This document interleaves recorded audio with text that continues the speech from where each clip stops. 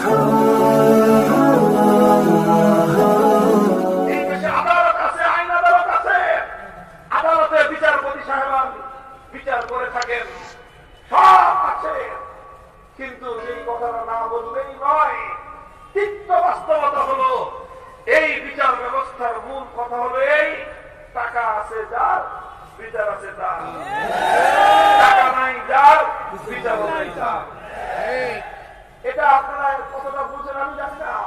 যারা আমার মতো কারাগারের অন্ধকার প্রকোষ্ঠে থেকেছেন আর কারাগারের সেই অন্ধকার জগতে, কারাগারের সেই দুর্ভেদ্য দেয়ালের মধ্যে বন্দী মানবতার আত্মনাদ যারা শুনেছেন, অসংখ্য অগণিত দারিদ্র পীড়িত, অসংখ্য অগণিত সাধারণ আয়ের দুষ্ট দুঃখ কষ্ট ক্লিষ্ট সেই মানুষের চেহারাগুলো যারা দেখেছেন, তাদের হাহাকার চিৎকার আত্মনাদ যারা শুনেছেন, তারা এই কথার বাস্তবতা বুঝতে পারবেন।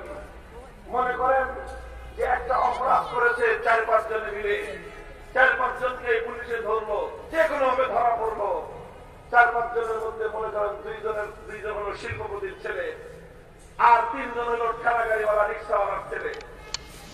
এখন কি হবে? যারা কোটিপতি সঙ্গে সঙ্গে গিয়ে 1 লাখ 2 লাখ 5 লাখ যত টাকা লাগে টাকা খরচ করে বড় বড় উকিল, ব্যারিস্টার, আইনজীবী ভাড়া করবে। কথা বলেন? সে আইনজীবী মুখ করবে, 7 কোর্টে না হয় 10 কোর্টে যাবে, 10 কোর্টে না হয় হাইকোর্টে যাবে। 1 মাস 2 মাস 3 মাস 6 মাসের মাথায় জামিন হয়ে মুখ খুলিয়ে সে বের হয়ে আসবে। একই মামলায় কেস পার্টনার রিক্সাওয়ালার ছেলে, ওই রিক্সাওয়ালার কপালে 1 লক্ষ টাকা জোগাড় করা জীবনে সম্ভব নয়। যার নুন আনতে পান্তা ফুরায়, যার প্রতিদিন তার অসুস্থ মায়ের জন্য চিকিৎসার খরচ জোগাড় করতে যার ঘাম খাওয়াতে হয়, যার অসুস্থ স্ত্রীর চিকিৎসা করার সামর্থ্য তার নাই, যার দরিদ্র পীড়িত সন্তানের একটা আহ্লাদ, একটা শখ পূরণ করার সামর্থ্য যার নাই, তার কপালে 50,000 1 লাখ টাকা জোগাড় করে উকিলের হাতে তুলে দিয়ে উকিলকে ভাড়া করে তারপরে জামিন দেওয়ার সামর্থ্য তার নাই। এখন যেহেতু তার পক্ষে বড় উকিল নাই, তার জামিনও নাই।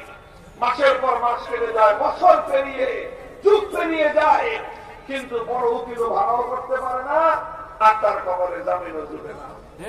এরকম কয়টা দৃষ্টান্ত দেখবেন? কয়টা?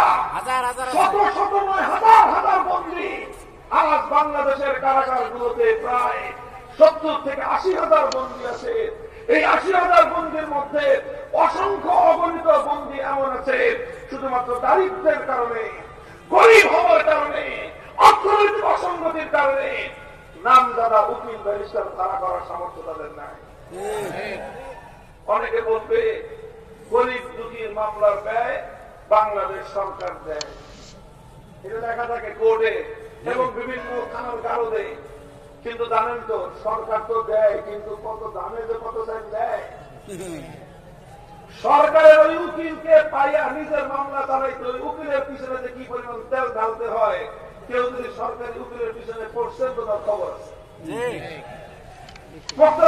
বাস্তব কথা, যদি লক্ষ লক্ষ টাকা খরচ করে দামি দামি শক্তিমান উকিল ভাড়া করতে পারেন, আপনার কঠিন মামলা মুহূর্তের মধ্যে পানির মতো আসান হয়ে যাবে।